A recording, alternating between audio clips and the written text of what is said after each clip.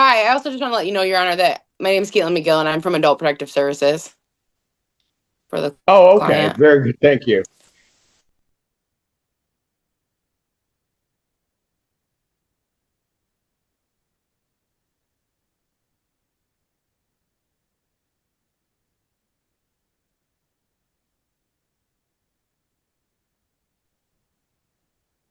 Hello? Yep. Hello. Okay. We got you, man. I'm just Okay. waiting. He's coming up to see me. Thank you. All right. Okay, sir, what's your name? Dennis Wilson. All right. And Mr. Gann, how much is owing? Currently, Your Honor, the balance is 2,594.02 plus 219.72 in court fees for a total amount of 2,813.74, 2813.74. All right. And sir, you got folks with you, but how do you think you're going to get this paid? Well, I'm working with, let's see here, Yeah, you're looking for working with her. Bill. All right. Ma'am, can you apprise me like Yes. where he is Yes. and everything? Just hold on a second. Sir, if you want to sit, you can sit. You don't have to stand. Whatever, however you're going to be comfortable. I can use this one easier for me to get out. Right. Okay. Got it?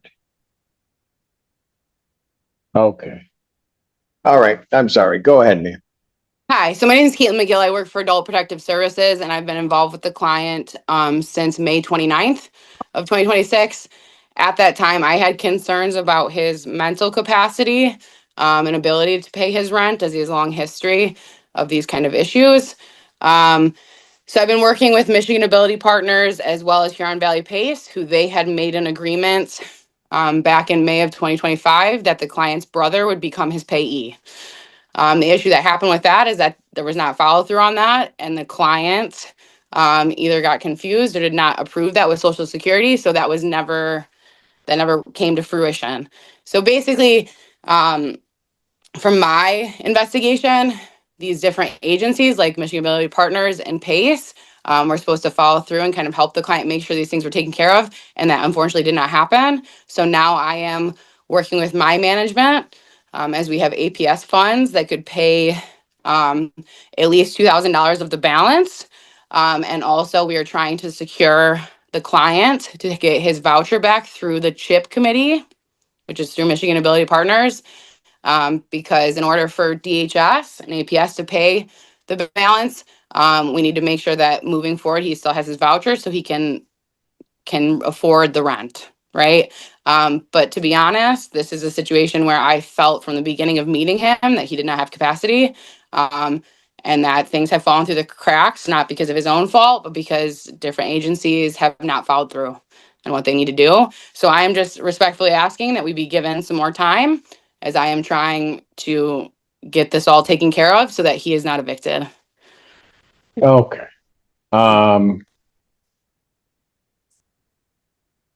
So how soon could the 2,000 be paid? Do you know?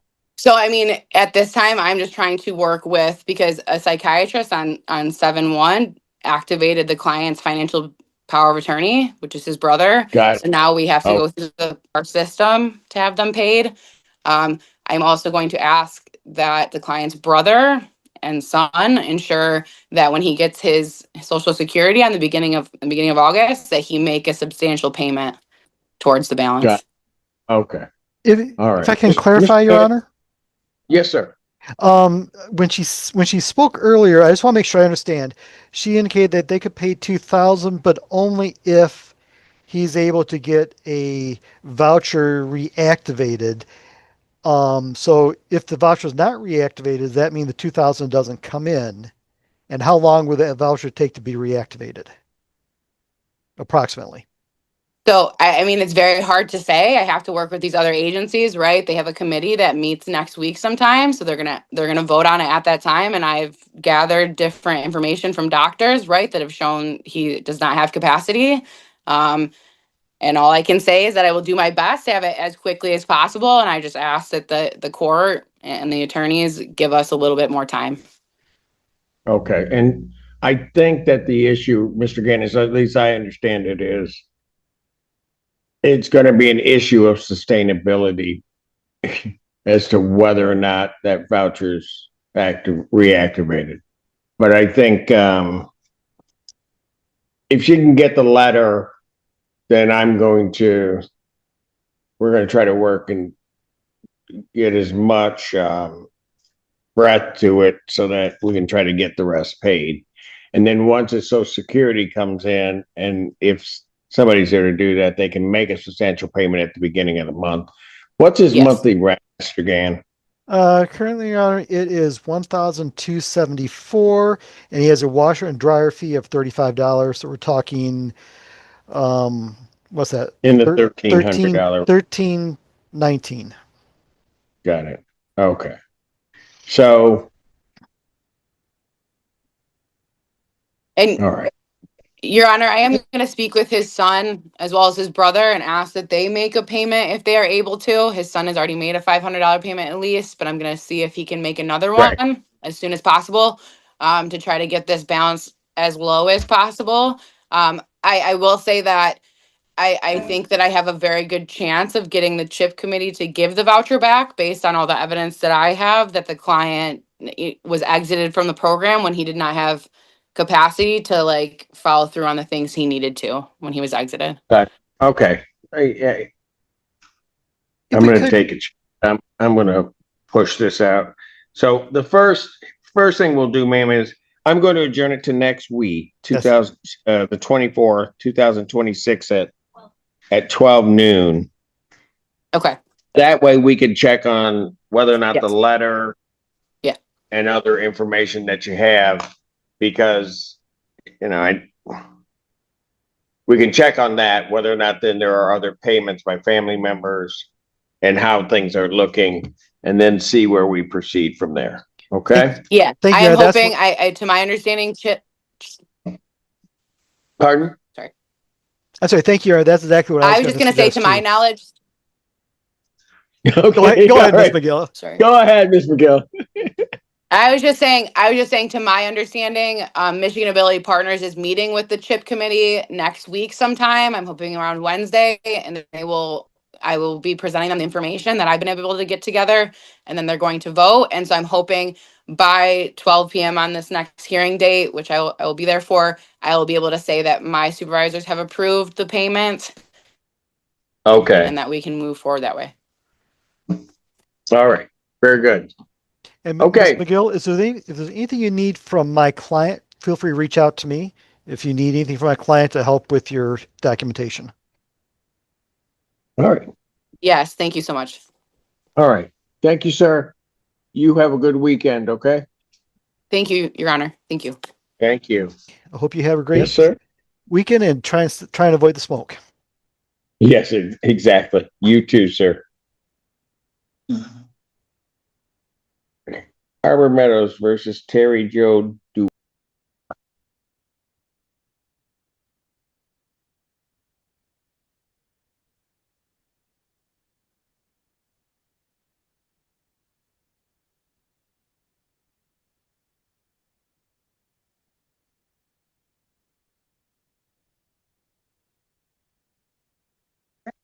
Good afternoon.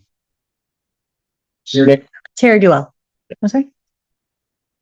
Go ahead. Good afternoon, Your Honor. Michael Burns, P 87855 on behalf of plaintiff. All right. And what is the claim now?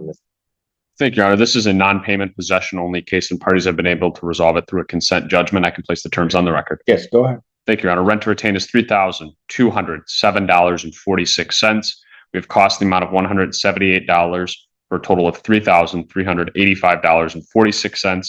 Parties agree that defendant shall pay $500 on or before 7/17/2026, $400 on or before 7/31/2026, and 8/14/2026, and the remainder on or before 8/31/2026. I explained MCR 4.201J to Ms. Duell, and she executed the consent judgment with those terms.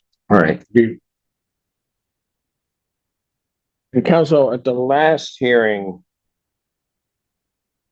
we were given that her balance was 2,000, including cost, 2,361.75. So I'm trying to figure out how it climbed. Don't see it past due in the last one. I'm looking at the ledger right now, Your Honor. There was, I believe it's July's rent. yeah, that would be my understanding. I'm just confirming what the last date was, but July 10th. yeah, I know. That's why I would be confused as to why the increase. I'm looking at my ledger, Your Honor, and everything looks to be in order. I can provide the court a copy of the ledger. What was the number the court had at the last hearing? 2,361.75. That may be without July's rent included, but I'm looking at my ledger and that would be the only thing that would have changed. Parties have gone over things. The manager was here. Everybody's in agreement as to the numbers. So I don't, yeah, it could have been a misstatement on my part to the court then again, Your Honor. So I apologize if that may be the case, but nobody's disputing the amount and everybody's in agreement. Is that correct, Yes, ma'am? You're not disputing? I am not. But Okay. for July's rent. All right. Very good. Do you have any questions whatsoever on this? No, sir. No? All right. And you think you'll be able to get it done? All right. We're good. I'll enter that judgment. Thank you. Thank you, Your Honor. That's the only one for me. You guys have a great one. Then I have, Westridge Mobile Home Park versus Michelle Cates. That one should be dismissed, Your Honor. Okay, yeah. Okay. That case is dismissed on plaintiff's motion. What is, ma'am?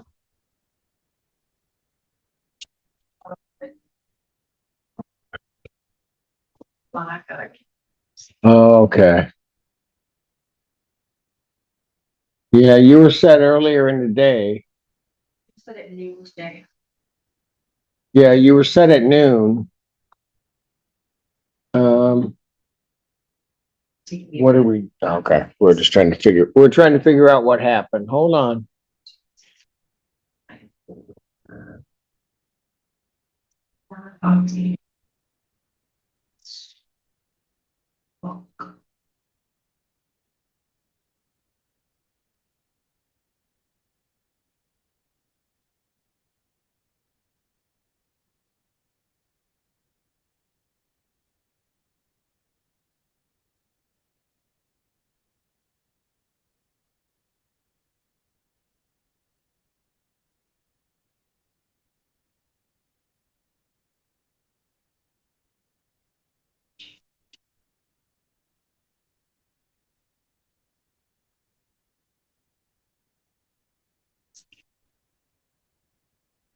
It would be default. Okay, default judgment. Okay, ma'am, we issued a default judgment. You'll have to come back to the court on Monday and fill out paperwork to set aside the judgment. Do we have an amount on there or no? I'm sorry, it did not get caught. Okay. That means we entered a judgment because you weren't here. Okay? And so you'll have to come in and pick up a form to try to set that judgment aside. Okay? And our clerk's office is about to close or did close, so you have to do that on Monday. All right? Thank you. I think that's it for us. Thank you, Alan. Thank you, Ann.